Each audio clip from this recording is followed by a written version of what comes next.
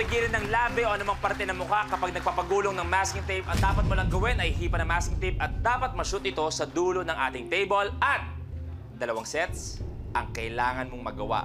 Pag nagawa naman yon, 1 million pesos! Nick, pag nakuha ang 1 million, ano gagawin mo sa pera?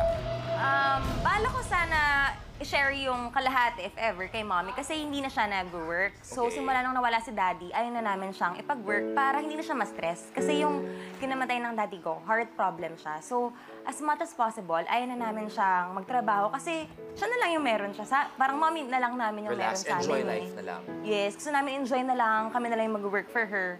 Tapos yun, since ngayon, hindi din ako nag-work, may Nag-ready competition ka. ako, bali, yun yung tulong ko sa kanya. Tapos if ever yung half, gamitin ko sana para may pangbili ng ticket para marami akong relatives na makanood. Kasi di ba pag sinusuportahan ka, Iba yung laban mo pag alam mo Yes, ng pamilya mo. parang Kaya yun. mga kaibigan mo, nandiyan na yan para sa'yo. At eto na, this game is for 1 million pesos. Ruler Coaster. Good luck. And Nick, you have a minute to win it.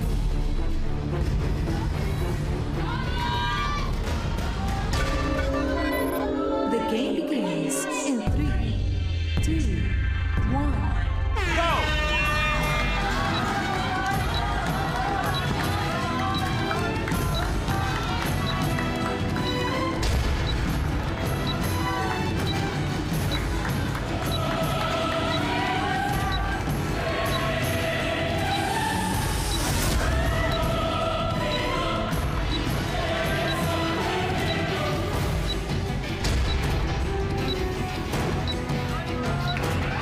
Ah! 30!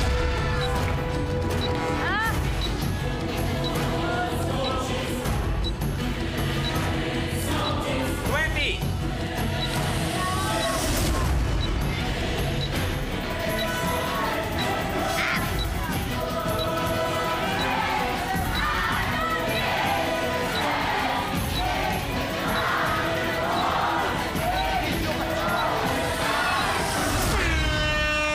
Time's up. Time's up, Nicole. We are sorry. Medyo nahirapan sa roller coaster. That means wala tayong 1 million. Pero ikaw, meron ka pa rin 70,000 pesos. At syempre, di mo nakuha ang 1 million. Good news is babalik ka pa kasama ibang last man standing para sa ultimate last man standing kung saan may chance ka pa maglaro for 1 million pesos. Yeah, players, sumali ka dito.